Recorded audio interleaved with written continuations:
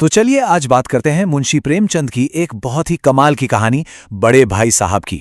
अब देखिए ये कहानी सिर्फ दो भाइयों की नहीं है। ये एक बहुत ही गहरा सवाल भी उठाती है कि आखिर असली शिक्षा है क्या, किताबों में लिखा ज्ञान या फिर जिंदगी से मिला तजुर्बा।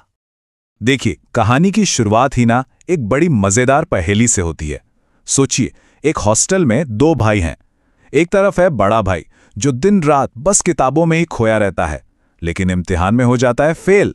और वहीं दूसरी तरफ है छोटा भाई जो अपना सारा टाइम खेलने कूदने में निकाल देता है, और वो हमेशा क्लास में फर्स्ट आता है ना एकदम अजीब बात। और देखिए, बड़ा भाई साहब जो हैं वो पूरे 5 साल बड़े हैं, लेकिन पढ़ाई में वो सिर्फ 3 क्लास आगे हैं। और बस यही एक फासला है जो उनके पूरे रिश्ते की, आप कह सकते हैं, बुनियाद तय करता है। अब जो छोटा भाई है, जो इस कहानी का नैरेटर भी है, उसके लिए तो बड़े भाई का जो अधिकार था वो एक नंगी तलवार जैसा था जो हमेशा उसके सर पे लटकी रहती थी। मतलब एक लगातार डर, एक प्रेशर कि भाई कोई देख रहा है। तो ये जो टेंशन है ना, ये हर साल अपने चरम पर पहुंचती है जब आते हैं सालाना इम्तिहान, और यहीं पर किस्मत का खेल देखने को मिलता है। एक ऐसा मोड़ आता है जिसकी उम्मीद किसी को नहीं होती। तो भाई इम्तिहान का टाइम आया।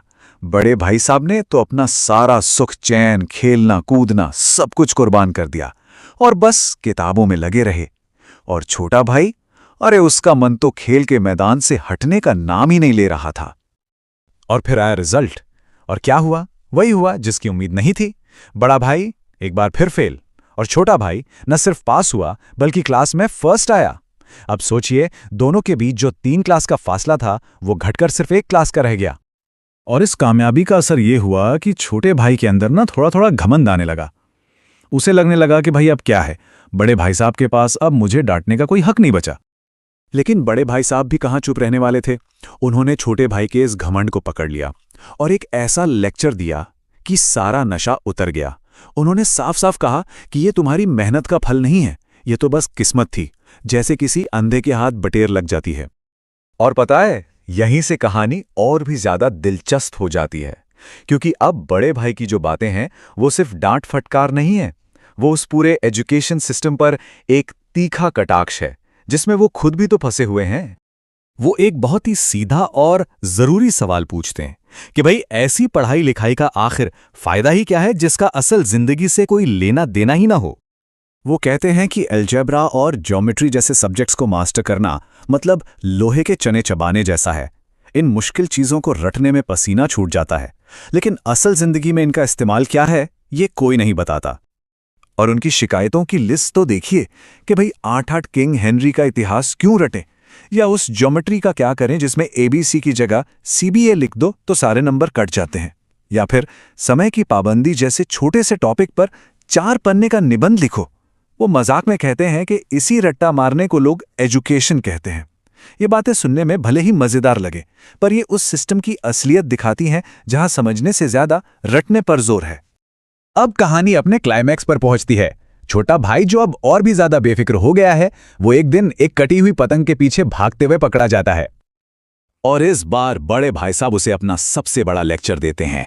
वो उसे एक ऐसी चीज याद दिलाते हैं जिसे दुनिया का कोई भी इम्तिहान नहीं बदल सकता, और वो है उनकी उम्र का 5 साल का फासला और उस 5 साल का तजुर्बा।